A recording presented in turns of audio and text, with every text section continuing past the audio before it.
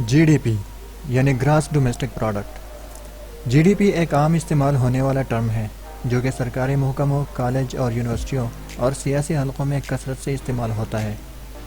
ایک ملک کی معیشت کو جاننے کے لیے معاشی ماہرین اس ٹرم کو بہت اہمیت دیتے ہیں، اور پاکستان میں ہر سیاسی پارٹی جو کسی نہ کسی دور میں اقتدار میں رہ چکی ہے وہ جی ڈی پی گروتھ کی بلند بانگ دعوے کرتے ہیں۔ عام آدمی کی نظر میں ملک کی معیشت روز بروز گرتی نظر آتی ہے، تو سوال یہ پیدا ہوتا ہے کہ میڈیا پر ہمارے سیاسی نمائندگان جھوٹ بولتے ہیں، یا ان کو جی ڈی پی کی سمجھ نہیں آتی، یا ان کے مشیر ان کو ٹوپی پہناتے ہیں۔ آج ہم اس ویڈیو میں وضاحت کریں گے کہ اصل معاملہ کیا ہے۔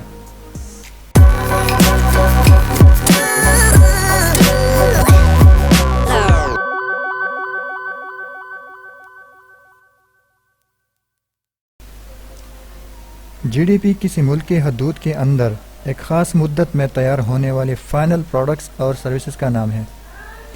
یہ سی پی آئی یعنی کنزیومر پرائس انڈیکس، ان امپلائمنٹ فگر، جی این پی یعنی گراس نیشنل پروڈکٹ اور کئی دوسرے اکنامک انڈیکیٹر کی طرح ایک انڈیکیٹر ہے۔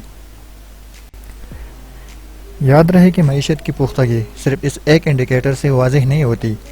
کچھ لوگ تو ڈالر کی قیمت کے ساتھ معیشت کو جوڑ لیتے ہیں۔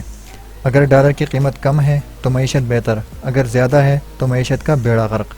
حالانکہ معیشت کی پختگی کا ڈالر کی قیمت کے ساتھ کوئی سروکار نہیں۔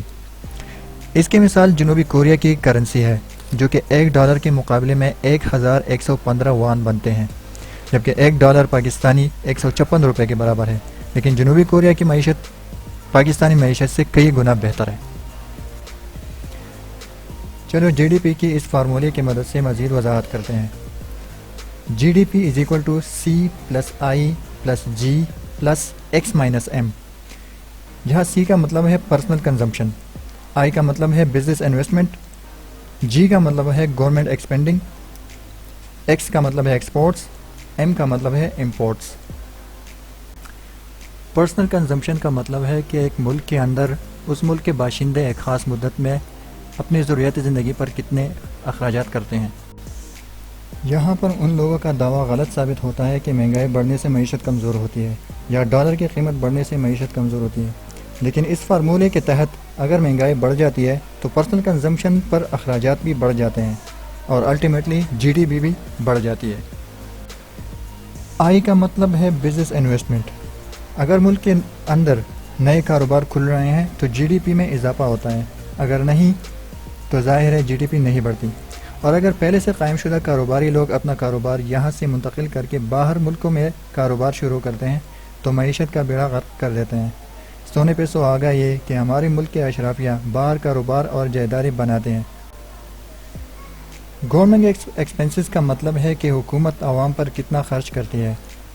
ان اخراجات میں education, health, defence, infrastructure, subsidies اور سوشل ویلفیئر وغیرہ شامل ہیں۔ حکومت یہ اخراجات 2 طریقوں سے پورے کرتے ہیں۔ نمبر 1 ٹیکس کلیکشن، جو کہ ڈائریکٹ بھی ہو سکتی ہے اور انڈائریکٹ بھی۔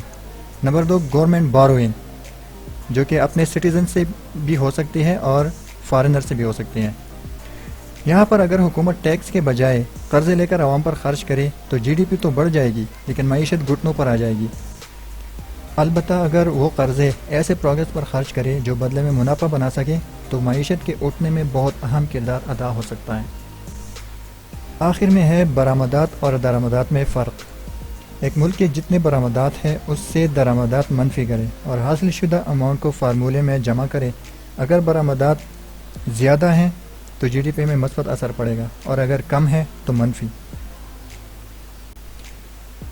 مذکورہ فیکٹرز میں سے کسی بھی چیز میں اضافہ یا سارے فیکٹرز میں اضافہ کرنے سے جی ڈی پی کی شرح میں اضافہ ممکن ہے، لیکن بہتر معیشت وہ کہلاتی ہے کہ جی ڈی پی کے چکر میں غیر ضروری قرضہ نہ بڑھ جائے اور ملک میں کاروبار، انویسٹمنٹ اور نوکریوں کے مواقع ملے۔